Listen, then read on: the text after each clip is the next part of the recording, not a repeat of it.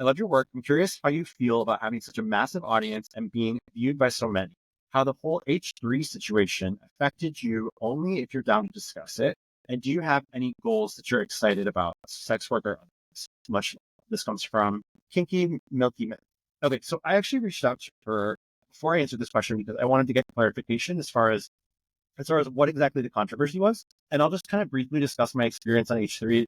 It was really positive. I had a really great time on H3. They treated Ethan and the rest of the team have treated me incredibly kindly. Zach has been amazing. I kind of I didn't want to, it wasn't my fault really because nobody gave me any guidance on that show as far as what I should wear, what I shouldn't wear, what is allowed, what isn't allowed. They said, hey, come on our show, blah, blah, blah.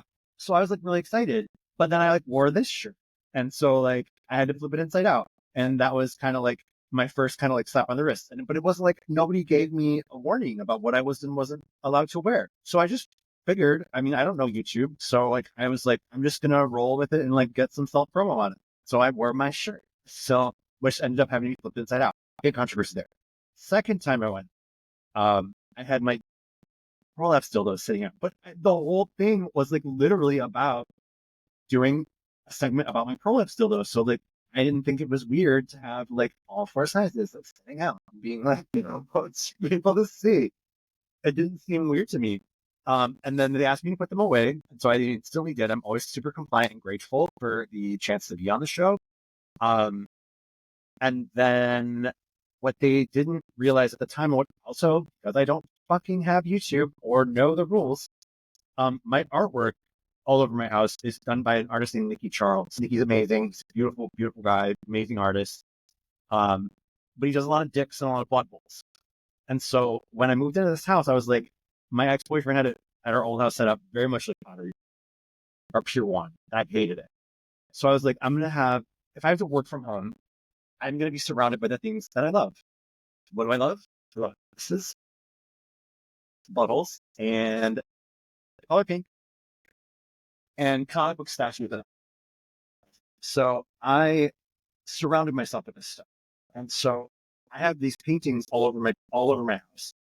And H3 was not happy with the fact that I didn't like go to a different area or something, I guess. And then they had to like recut the segment so as to not show any of the dicks that were on the wall in those in that segment. And so I was supposed to do a third segment with them about when that like right-wing dude posted my porn on his credits on his show, like some right-wing talk show, and accidentally played HungerFF videos at the end, which I thought was hilarious. The thing is that H3, I think what we discussed was that she wanted to know how I felt about H3 essentially monetizing my content and like using me as the butt of a joke. And to be honest, I never really felt disrespected or like the people at H3 had any malintention with me. And the thing is that I laugh about myself all the time. I don't take myself seriously. What I do, it's fucking weird and it's fucking funny. It's also kind of hot.